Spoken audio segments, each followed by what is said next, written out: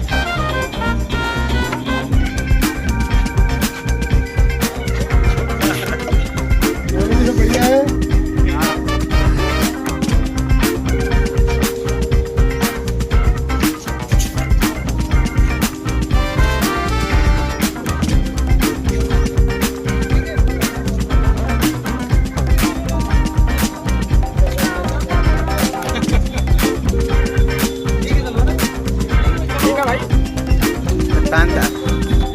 Viene bien,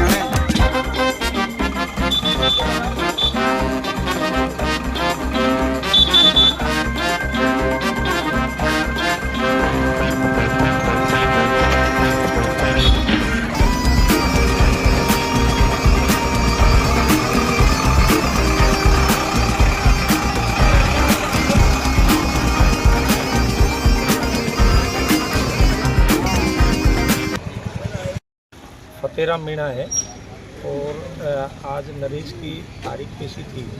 पिछली 23 तारीख को चार्ज बहस हो गई थी और वास्ते आदेश एवं एक FIR नंबर 166/24 में चार्ज बहस हो गई थी, उसमें आदेश में थी और 167 वास्ते चार्ज बहस थी।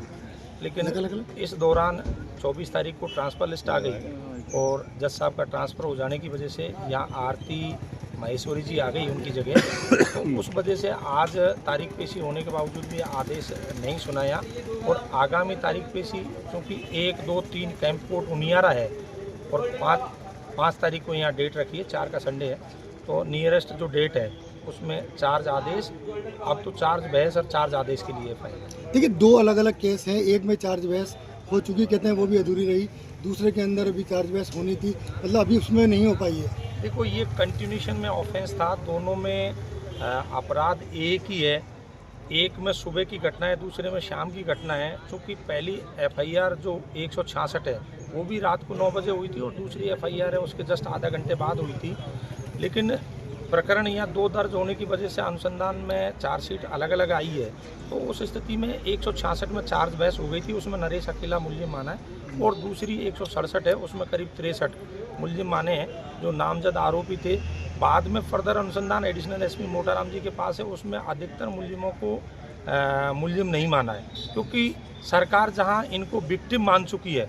जो तथाकथित मुलजिम जो इनिशियल स्टेज पर जो चार्जशीट में आए थे, सब्सिक्वेंटली आफ्टर इन्वेस्टिगेशन उन पे जब सरकार ने जांच की और ये पाया कि कहीं न कहीं पुलिस की एट्रोसिटी थी और पुलिस ने जो कृत्य किया था उसकी वजह से निर्दोष लोगों को वहाँ डैमेजेज हुआ, तो उसके लिए सरकार ने पीड़ित प्रतिकर सहायता राशि भी दी है और जो जिनका प्रॉपर्टी और व्हीकल्स वगैरह जले थे उनको क्लेम करीब 30 लाख के आसपास का दिया है। तो उनमें बहुत सारे इंजर्ड मुलजिम भी थे जिनको सरकार ने पीड़ित मानते हुए प्रतिकर सहायता राशि दी है। तो निश्चित रूप से जहां सरकार का ये स्टैंड क्लियर रूप से आ गया कि वो लोग पीड़ित थे, तो ऑब्वियस सी बात है कि माननीय न्यायालय भी इस बात को संज्ञान में लेगी।